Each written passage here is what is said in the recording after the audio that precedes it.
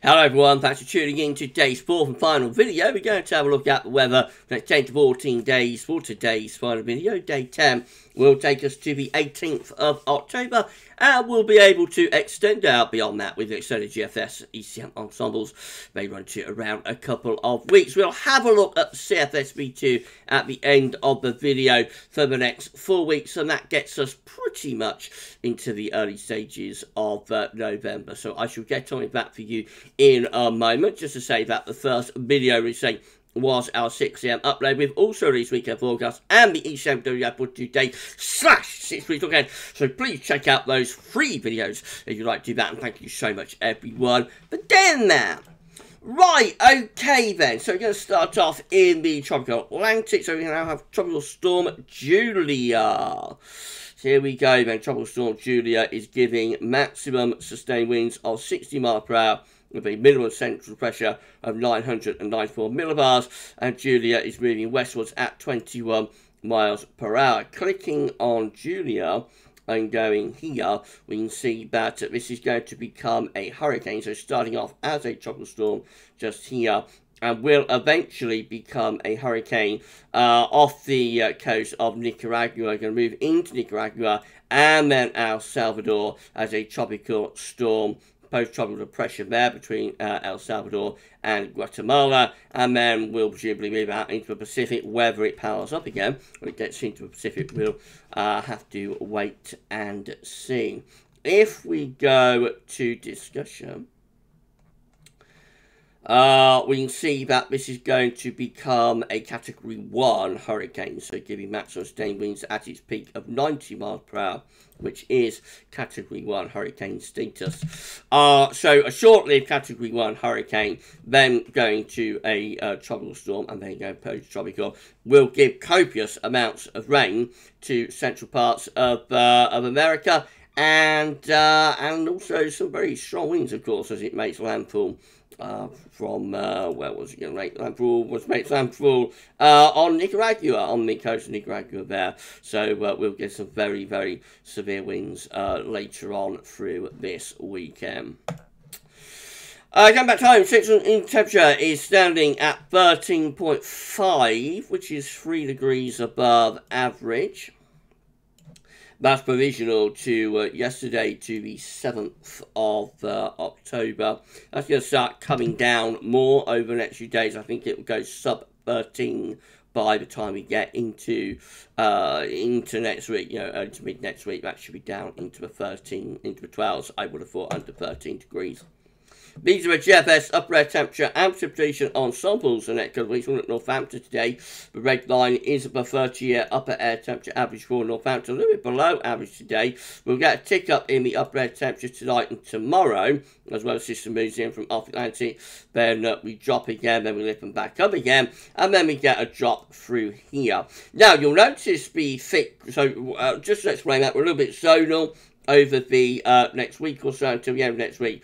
Then by the long way we get a drop in temperature, but you will notice the thick green line here, which is the GFS operational run. That never gets colder next weekend in Northampton, and then just takes off and becomes a very warm ensemble member. Clearly that's an outlier.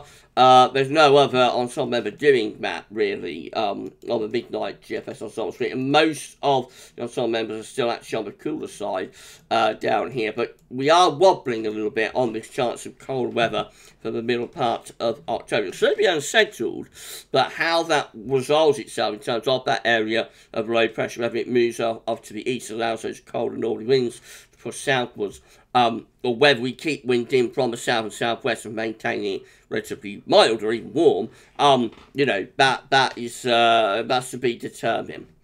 Precipitation-wise, we can see that it'll be reasonably dry over the next few days until the end of next week, and then it does turn significantly more unsettled around the middle of October and also into the second half of the month, looking much more unsettled then.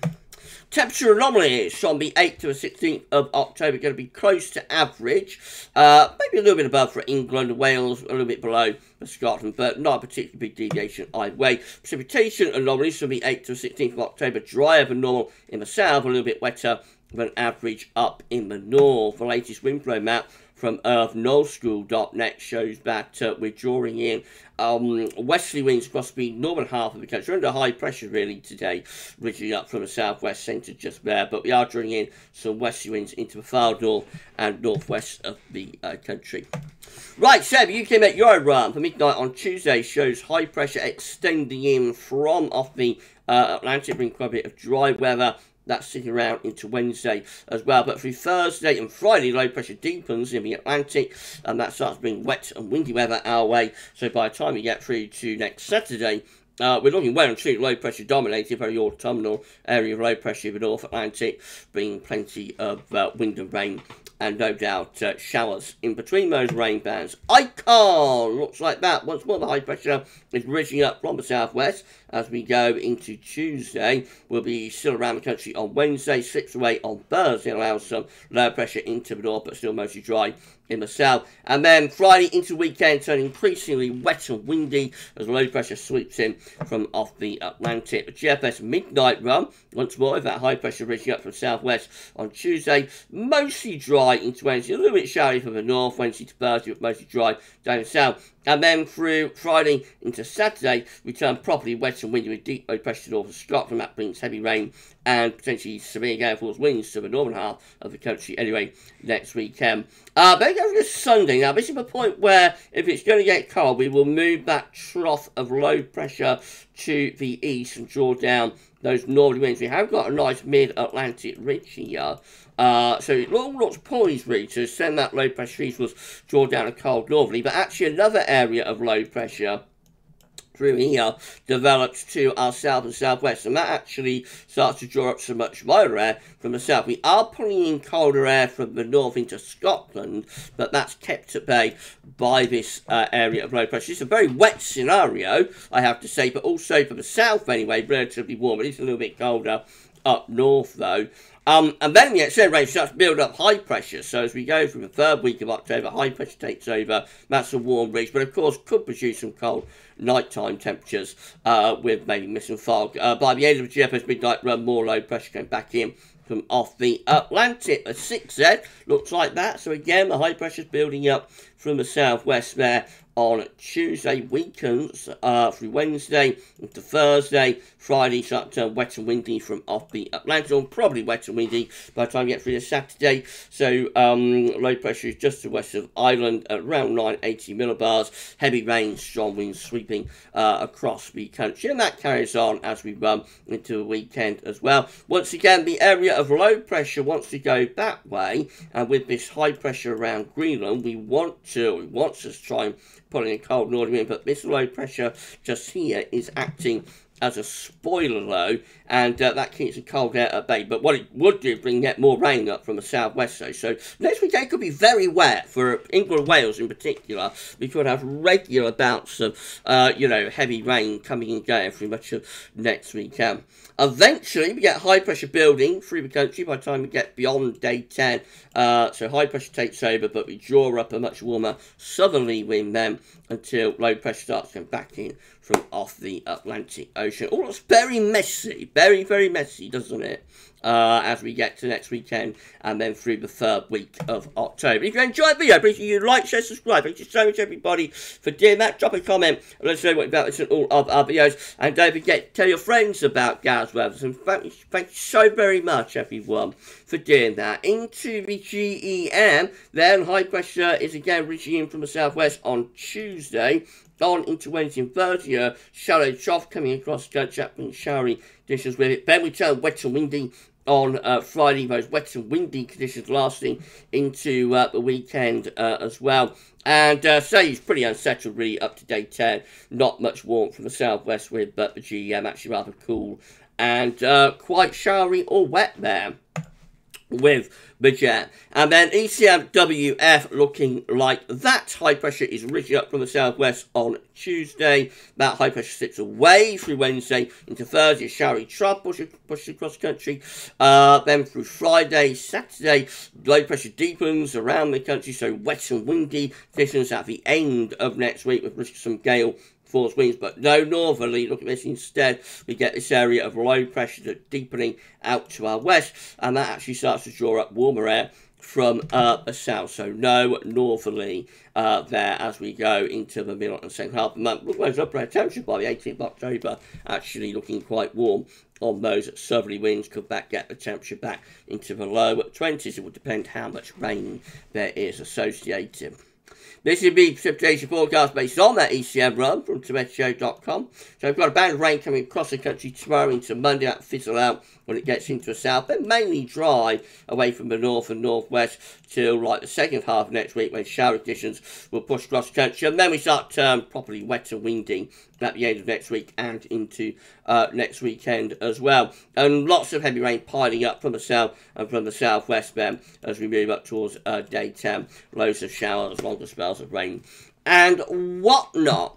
These are the options on the table within the ECM ensembles today for day 10, which gets us to the 18th of October. From the Icelandic Met Office, 18 members of the ECM ensembles with a mid-Atlantic ridge going towards Greenland, combined with low pressure over the top of the UK. So that's going to be very unsettled and probably quite cool, to be honest. 14 with high pressure in the middle of the Atlantic, low pressure to our east and south. That's still drawing in like the cool or quite cold northerly winds. 10, high pressure in the Atlantic and low pressure over Scandinavia. That tries to bring in like a north-northeasterly, although there is high pressure over France that's trying to have a wind up from the southwest. And then 9, just including the operational run with high pressure to our north, but also to the east, and low pressure to the southwest, and so that's drawing up those warmer winds from the south-southwest. So the operational run from the ECM, although it is in line with like what GFS operations are doing, not particularly well supported by its ensemble. So very, very complicated this as to what's going to happen next weekend and into the early part of the following week, 17th, 18th of October, where we get these northerly winds pushing down, and you know, whether we're going to bring up like those warmer southerly winds. It's very complicated because the operationals are deviating from the ensembles with both the GFS and also the ECM. But something could be at play here, because often the operational runs do lead the pack, if you see what I mean. So we might see the ensembles begin to shift in line with the operationals in the next day or two. In 2 weeks' time, these are the options that we've got. I hope that makes sense. In 2 weeks' time, these are the options that we've got. That's the 23rd of October. 14 members of the ECM ensembles with low pressure over the top of the country and bringing westerly winds. 12 with high pressure to our west, low pressure is to our east. That's drawing down quite a cool northerly wind. 9 just here with high pressure to our east, low pressure to our southwest. That'll be bringing like a southeasterly or an easterly wind, which probably is quite mild, but if it comes off the continent, could have a chill to it. 8 has low pressure again, driving in from off the Atlantic. That's very westerly. 4 with deep low pressure driving in from off the Atlantic. That looks potentially a bit stormy.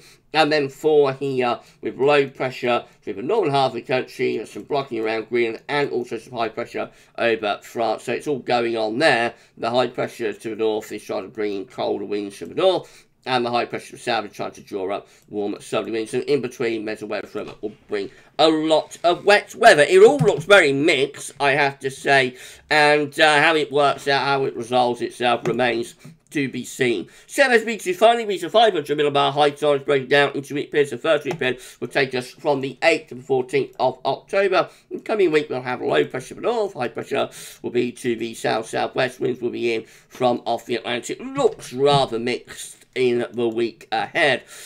Week 2 is going to be the 15th to the 21st of October. Low pressure then to our north and east, high pressure out in the Atlantic.